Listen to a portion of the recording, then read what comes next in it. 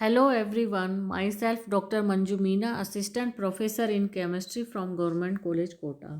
आज हम एल्काइनों के सामान्य भौतिक गुण एवं रासायनिक अभिक्रियाओं के बारे में अध्ययन करेंगे।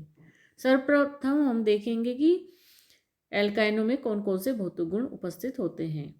तो ये एल्कीनों व एल्केनों की तुलना में क्या होते हैं? कम वाष्पशील होते हैं। 4 कार्बन परमाणु तक की एल्काइनें गैसीय होती हैं, जबकि 5 से 14 कार्बन परमाणु तक की एल्काइनें द्रव व उससे अधिक कार्बन परमाणु वाली एल्काइनें ठोस अवस्था में होती है। एसिटिलीन में कैसी गंध आती है? लहसुन जैसी। इसके अतिरिक्त अन्य सभी एल्काइनें गंधहीन होती हैं। ये जल में अल्प विलयशील होती है, जबकि एसीटोन, बेंजीन, अल्कोहल आदि ऑर्गेनिक सॉल्वेंटों में शीघ्रता से विलय हो जाती हैं। इनके बॉइलिंग पॉइंट, मेल्टिंग पॉइंट तथा आपेक्षिक घनत्वों के मान अणुभार बढ़ने के साथ साथ बढ़ते जाते हैं। इनके मान इस सारणी में दर्शाए गए हैं।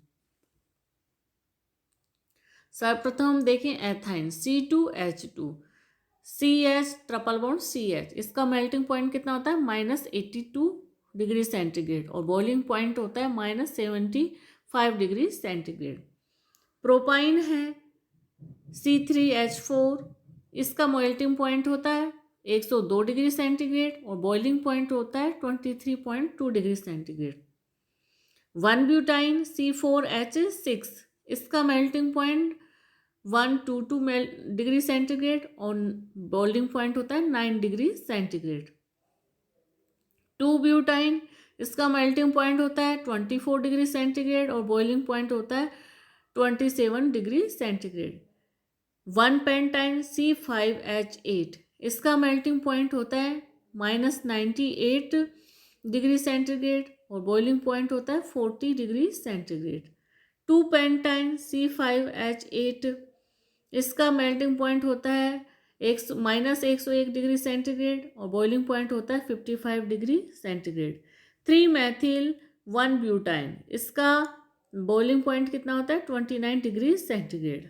1 हेक्साइन, इसका मेल्टिंग पॉइंट होता है -124 डिग्री सेंटीग्रेड और बॉइलिंग पॉइंट होता है 72 डिग्री सेंटीग्रेड। 2 हेक्साइन, इसका होता है मेल्टिंग पॉइंट -92 डिग्री सेंटीग्रेड और बॉइलिंग पॉइंट होता है 84 डिग्री सेंटीग्रेड। 3 हेक्साइन, इसका मेल्टिंग पॉइंट होता है -51 डिग्री सेंटीग्रेड और बॉइलिंग पॉइंट होता है 80 degree centigrade. 3 dimethyl 1 butyne का मेल्टिंग पॉइंट होता है -81 डिग्री सेंटीग्रेड और बॉइलिंग पॉइंट कितना होता है 38 डिग्री सेंटीग्रेड। यहाँ हम देखें आपेक्षिक घनत्व, वो इस प्रकार से दर्शाया गया है टेबल में। अब हम इनकी देखेंगे केमिकल रिएक्शन। तो एल्काइनों की प्रमुख रासायनिक अभिक्रियाएं होती हैं इलेक्ट्रॉन स्नेही योगात्मक अभिक्रियाएं, एल्काइनों की अम्लता, प्रतिस्थापन अभिक्रियाएं, बहुलीकरण अभिक्रियाएं, ऑक्सीकरण अभिक्रियाएं और समावयवीकरण अभिक्रियाएं। सर्वप्रथम हम देखेंगे इलेक्ट्रोफिलिक एडिशन रिएक्शन या इलेक्ट्रॉन स्नेही योगात्मक अभिक्रियाएं। एल्कीनों की भांति एल्काइनों में भी इलेक्ट्रॉन स्नेही योगात्मक अभिक्रियाएं संपन्न होती हैं। चूंकि कार्बन कार्बन के मध्य 2 पाई बंध है, अतः 2 अणुओं का योग होता है। यह 2 स्टेप में कंप्लीट होती है। फर्स्ट स्टेप में एक अणु का योग होकर एल्कीनिल यौगिक बनता है, जबकि सेकंड स्टेप में यह एल्कीनिल यौगिक एक और अणु का योग करके संतृप्त यौगिक में कन्वर्ट हो जाता है। यहाँ हम देखें कार्बन ट्रिपल बॉन्ड कार्बन, ये एल्किल हैलाइड से क्रिया करके इस प्रकार से एल्कीनिल यौगिक में कन्वर्ट होता है। फिर वापस से ये इससे क्रिया करके सैचुरेटेड कंपाउंड में कन्वर्ट होता है। जैसे हम इसमें देखें सर्वप्रथम हाइड्रोजन का योग या हाइड्रोजनीकरण अभिक्रिया। तो उत्प्रेरक निकेल, पैलेडियम आदि की उपस्थिति में एल्काइने हाइड्रोजन का योग करके पहले एल्कीन बनाती है और फिर किस में कन्वर्ट हो जाती है? एल्केन में। यहाँ हम देखिए 2 ब्यूटाइन है, उस पर जब हाइड्रोजन का योग उत्प्रेरक की प्रेजेंस में करवाया जाता है तो पहले 2 ब्यूटाइन किस में कन्वर्ट होता है, 2 ब्यूटीन में। फिर वापस से हाइड्रोजन का योग होकर किस में कन्वर्ट हो जाता है, ये एन ब्यूटेन में। नियंत्रित परिस्थितियों में उपयुक्त हाइड्रोजनीकरण की क्रिया को संपन्न करके एल्कीनियों को प्राप्त किया जा सकता है। उत्प्रेरक के सही चुनाव से हम इच्छित एल्कीन प्राप्त कर सकते हैं। जब हाइड्रोजनीकरण सोडियम व द्रव अमोनिया अथवा लिथियम एल्यूमिनियम हाइड्राइड द्वारा संपन्न कराया जाता है तो मुख्य उत्पाद के रूप में ट्रांस एल्कीन प्राप्त होती है।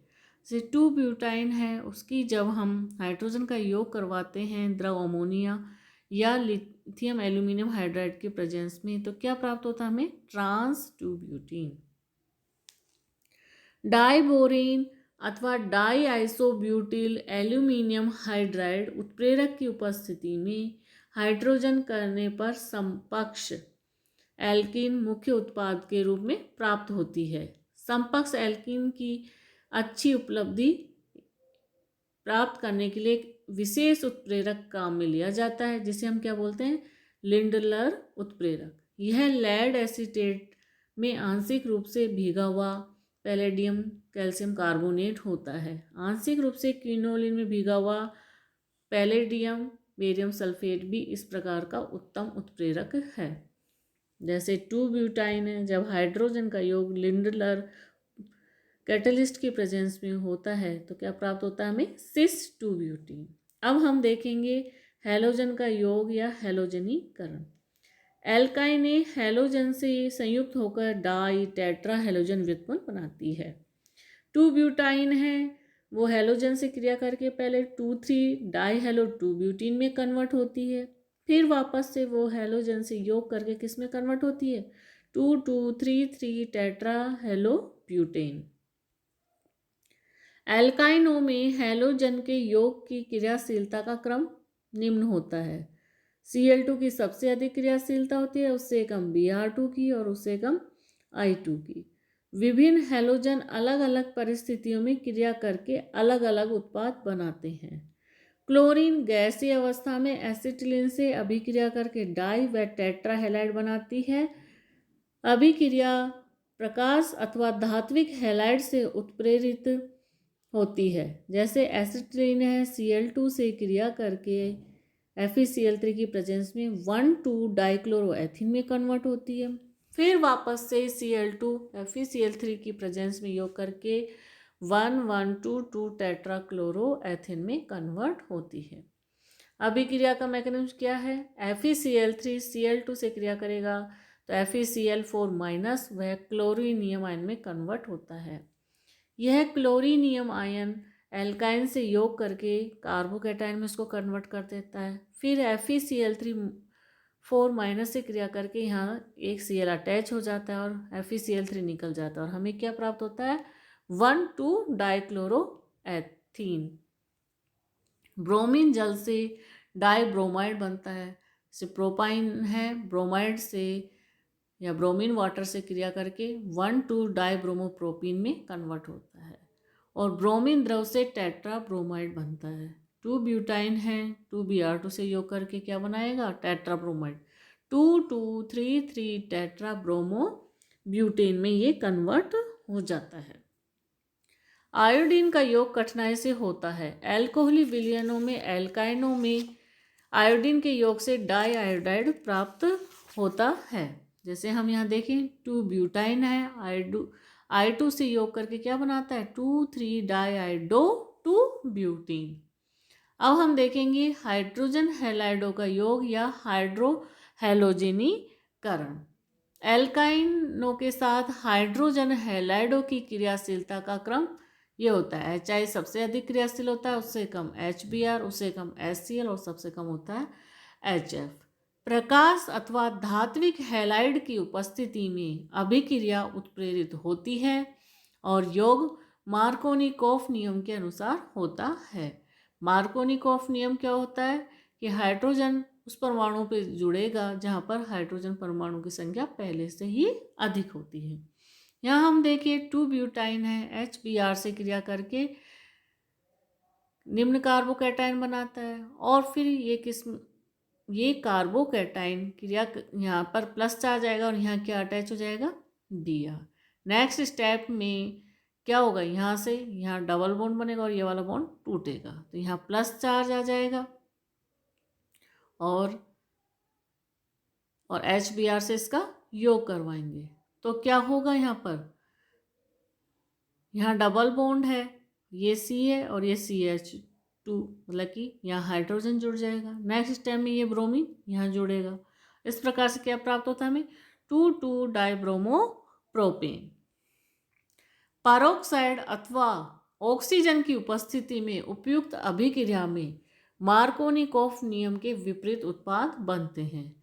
प्रोपाइन है HBr से पेरोक्साइड के प्रेजेंस में क्रिया करके क्या बनाता है, 1 ब्रोमोप्रोपीन।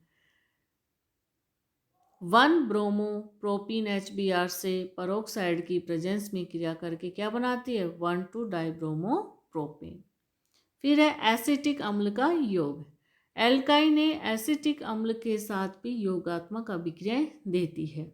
एसिटिलीन है वो एसिटिक एसिड की प्रेजेंस में किस में कन्वर्ट होती है, पहले वाइनिल एसिटेट, फिर वापस से एसिटिक एसिड का योग होकर किस में कन्वर्ट हो जाता है, ये एथिलीडीन एसीटेट। यह अभिक्रिया मर्क्यूरिक आयनों के द्वारा उत्प्रेरित होती है। अब हम देखेंगे हाइपोहेलस अम्लों का योग। एल्काइन हाइपोहेलस अम्लों HOX के साथ योगात्मक अभिक्रिया करके डाइहेलो कार्बोनिल यौगिक बनाती है। योगात्मक क्रिया मार्कोनिकोफ नियम के अनुसार संपन्न होती है। एसिटिलीन है HOCl के साथ क्रिया करके क्या योग बनाएगी, यहाँ पर क्या जुड़ेगा, Cl, यहाँ फिर वापस से योग होगा, तो ये निम्न मध्यवर्ती उत्पाद बनेगा जो कि अस्थायी होता है और यहाँ से एक वाटर मॉलिक्यूल निकल के किस में कन्वर्ट हो जाता है, ये डाइक्लोरोएसिटल्डिहाइड। अब हम देखिए प्रोपाइन के साथ हाइपोहेलस का योग किस प्रकार से होता है। तो यहाँ पर हम देखें बॉन्ड किस प्रकार से टूटेगा, इस प्रकार से, तो यहाँ प्लस पे क्या जुड़ जाएगा, OH और इधर Cl, फिर वापस से HOCl का योग होगा, यहाँ OH जुड़ेगा और यहाँ Cl2। यहाँ से ये अस्थायी होता है, एक वाटर मॉलिक्यूल रिलीज होता है और हमें क्या प्राप्त होता है, 1,1 डाइक्लोरो एसीटोन। अब हम देखेंगे सल्फ्यूरिक अम्ल का योग। सल्फ्यूरिक अम्ल के साथ एल्काइनों की योगात्मक क्रियाओं द्वारा एल्किलिडीन हाइड्रोजन सल्फेट बनता है और योग किसके अनुसार होता है, मार्कोनिकोफ नियम के अनुसार। ये प्रोपाइन है, जब इसकी क्रिया हम सल्फ्यूरिक एसिड के साथ करते हैं तो कैसे होगा, ये बॉन्ड यहाँ टूटेगा, तो यहाँ पर क्या हो जाएगा, OSO2 OH और यहाँ क्या जुड़ जाएगा, H। नेक्स्ट स्टेप में फिर सल्फ्यूरिक एसिड का योग आएगा, तो यहाँ पर तो H जुड़ेगा और यहाँ OSO2 OH, तो क्या प्राप्त हुआ हमें, आइसोप्रोपिलिडीन हाइड्रोजन सल्फेट। तो इस प्रकार से मार्कोनिकोफ के अनुसार सल्फ्यूरिक अम्ल का योग एल्काइनों के साथ होता है। नेक्स्ट हम देखेंगे एल्कोहलों का योग। उत्प्रेरक BF3HGO की उपस्थिति में एल्काइनों पर एल्कोहलों का योग मार्कोनिकोफ नियम के अनुसार होता है और पहले ओलिफिनी ईथर बनते हैं जो और योगात्मक क्रिया करके क्या बनाते हैं, कीटन।